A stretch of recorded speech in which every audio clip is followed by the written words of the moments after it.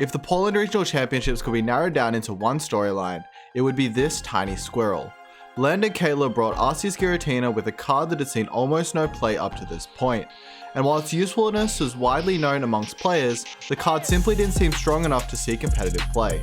What happened at Poland Regionals was the most ridiculous outcomes of a simply weak card doing absolutely everything, and resulted in a top 4 match that will be remembered in the history of the Pokémon TCG. This is the true story of how Skwovet won a 1000 player Pokémon TCG Regional Championships.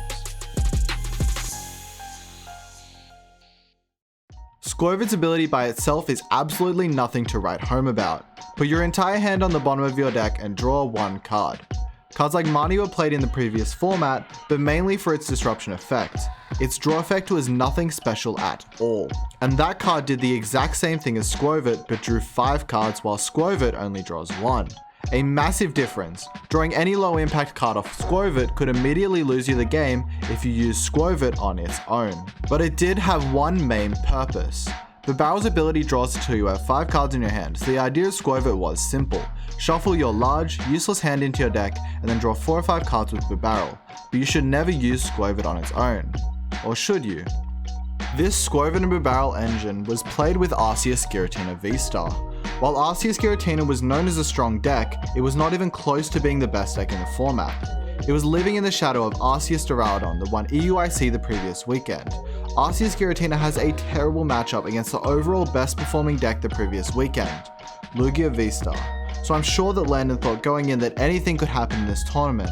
He could hit a bunch of Lugias on the first day and be knocked out, or he could avoid them and do something amazing. Landen had middling results in previous events before this tournament. He had a good top 16 and top 32 finishes, but no real performance he would be remembered for. Yet. The first day of the Poland Regional Championships went perfect for Landen. He went 8-1, beating a bunch of Arceus and Lost Zone decks that he was certainly prepared for, and took down his Gardevoir opponents as well. The second day went just as well. He won his first 3 rounds, and with 3 rounds left only needed 2 ties or 1 win to make the next phase, the top 8. After taking a tie on stream to Azul, he got his win against an Arceus Giratina mirror match at the final opportunity and made it into the top 8, where he would take down Nathan Stratford playing Arceus Umbreon, a matchup that was very good for him. This is where the tournament got difficult for Landen. This tournament had been seemingly a breeze for him so far, but the final 2 matchups weren't going to be easy. If he were to win his next match, in the final he would have to play against Lugia V-Star, which we know is his worst matchup. But to get there, he would have to beat Grant Manley in the set of the tournament. Grant Manley is one of the best players in the Pokémon TCG. He has finish after finish after finish. With all these great performances, he was still yet to win a tournament. It seemed inevitable that he was going to get his win eventually, and this seemed like the tournament he would do it. Grant Manley was playing Lost Zone Kyogre, which was Landen's only loss on the second day of competition. Lost Zone's issue in the past has been an inability to do large amount of damage to knock out high health Pokemon, which was exactly the strategy of Landen's Arceus Giratina deck. But relatively recently, with the addition of Dragonite V to Lost Zone decks, they can hit the breakpoints to knock out V Pokemon and V-Star Pokemon after a Cramorant or Sableye attack. Grant Manley was running Forest Seal Stone so that in this matchup, he's able to attack on the second turn with Dragonite V to knock out an Arceus V or a Giratina V, while it cannot be knocked out in return. If Grant is able to attack with Dragonite twice in one game without it getting KO'd, he will almost always win. Landen's game plan is to stop him from doing so. Landen Kaetler was playing Path to the Peak and Judge in his deck, which in this matchup blocks Radiant Greninja and disrupts the Lost Zone player's hand to prevent them from setting up their combos. He also had Choice Belt to knock out Dragonite V with Arceus as long as he'd already used Trinity Charge or Trinity Nova. The question was, would Grant's aggressive deck get him over the finish line, or would Landen stabilize and survive? It seemed likely that Landen would need to be somewhat fortunate to win this set, and fortune was certainly on his side. In the first game, Grant draws barely anything on the first turn. Landen plays Path and discards a Giratina V-Star, 2 things that will be important later. Grant fails to find an attack and has to pass back. Landen can't find an Arceus V-Star and a double Turbo Energy to attack, so he has to Trinity Charge. Landen plays no way to get rid of the Path in play, so he is stuck without Starbirth until Grant plays a Stadium, meaning his early turns are much more difficult from this point. Grant gets all the cards into the Lost Zone he needs, but has 1 Lightning Energy prized. In order to attack with Dragonite, he has to get anything but lightning energy off his Comfy, so his lightning energy will be in deck to Mirage Gate. Attacking with Dragonite here would essentially win the game on the spot. With 1 lightning energy and 31 cards in deck, he had a 6.5% chance to see the lightning energy and miss the Dragonite attack. Lo and behold, he did. But the game was not over by any means. Grant settles on a Cramorant attack, but Landen has a weak hand as well, and goes for Power Edge. If Grant can draw Dragonite this turn, he will remove all of Landen's energy and win the game right here.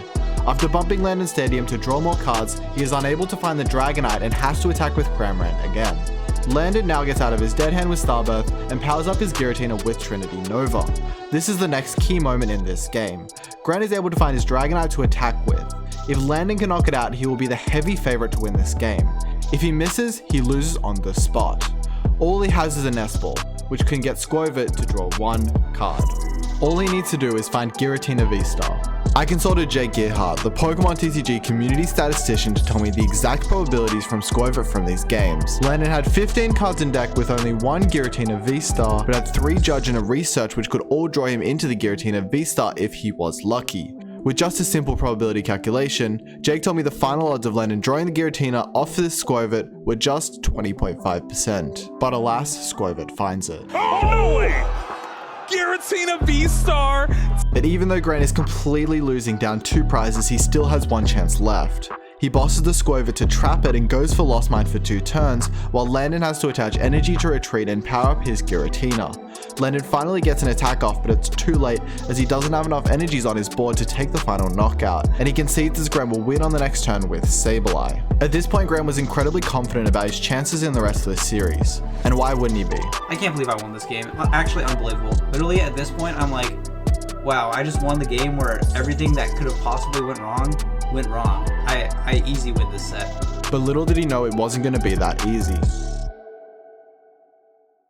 In game 2, Landen didn't even give Grant a chance. Grant has a terrible opening hand, and misses attacks for the first 2 whole turns of the game. All of Landen's Pokemon are evolved to V-Stars before Grant could even attack, meaning he would have no easy way to take knockouts at any point, and he's so far behind that he can't even break through with Dragonite. Despite his best effort to set up a play with Kyogre's Aqua Storm, he isn't able to draw enough cards to make it work, and loses the game.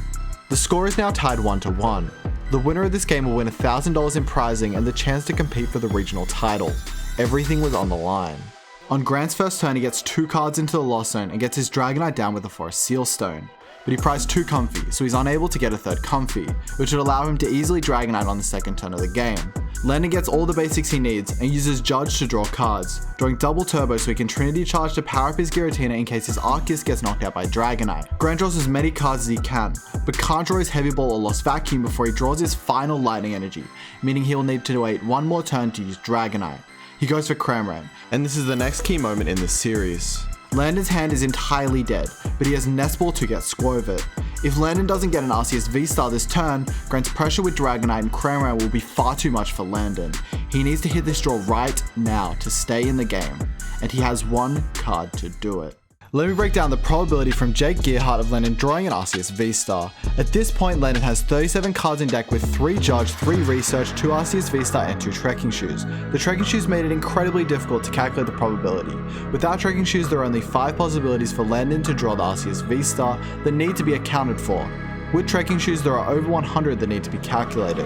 To avoid calculating every single possibility, Jake coded a simulation to test how often the Arceus V-Star was drawn, and ran a whopping 1 billion simulations. The exact odds of Landen hitting the Arceus V-Star off the Skwovet were only 16.7%. Combined with the Lightning Energy draw and the Giratina V-Star draw, the odds that Landen would be this fortunate throughout this series were approximately 0.22%, which is about 1 in 450. But as you may have guessed, Landen does not miss. Oh my gosh! Arceus V-Star off the top of the deck. And the game goes on. Landen gets Research from Starbirth to set up his board, and attacks with Arceus.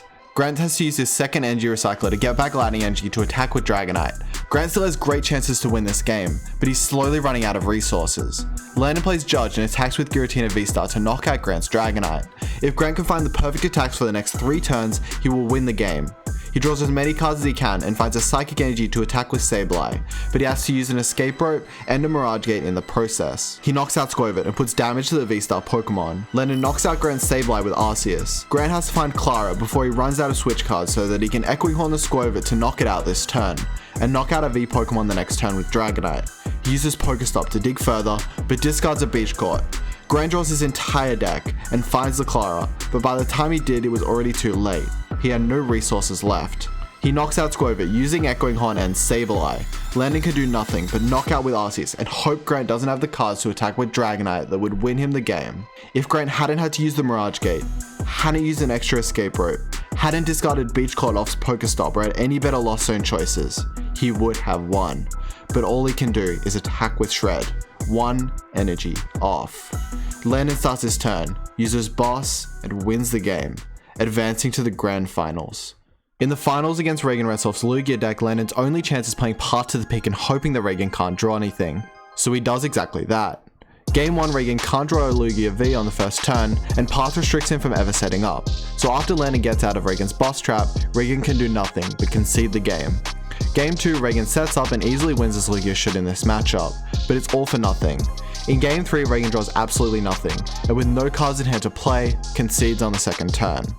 Landen did it, against all odds. Skwovet draws to stay in the game, Grant being unable to keep his resources, and a terrible matchup in finals. Landen won the regionals. I'm James Cox, thanks for watching. How does it feel to become a regional champion? Pretty good.